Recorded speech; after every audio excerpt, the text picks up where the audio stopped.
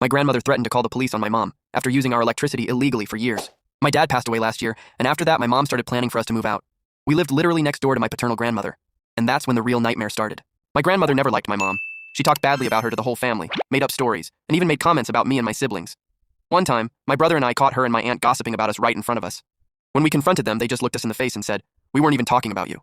Completely shameless. But everything exploded when my mom said she would be disconnecting the electricity before we moved. Important detail, my grandmother had an illegal power connection running from our house for years. And this wasn't some sudden surprise either. My mom had been warning her for almost 7 years that once we moved out, she would need to get her own electrical connection because ours would be removed. She never took it seriously. The electricity bill was supposed to be split between the houses, but my grandmother would often travel and leave old freezers and refrigerators running nonstop.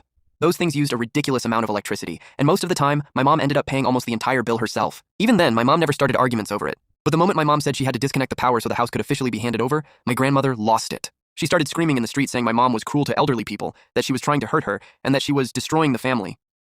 In less than a day, half the neighborhood was already looking at my mom like she was the villain. And now comes the craziest part. My grandmother started threatening to call the police on my mom. Yes, the woman using an illegal power hookup wanted to report the homeowner for disconnecting her own electricity before moving out. She spread so many lies that neighbors actually came over asking if my mom was really trying to leave an old woman without power. Meanwhile, nobody knew she'd had 7 years to fix the situation herself and never bothered to. And even today, she still acts like the victim. Whenever she sees people around town, she pretends she did nothing wrong while continuing to talk badly about my mom behind her back. After all this, I realized something.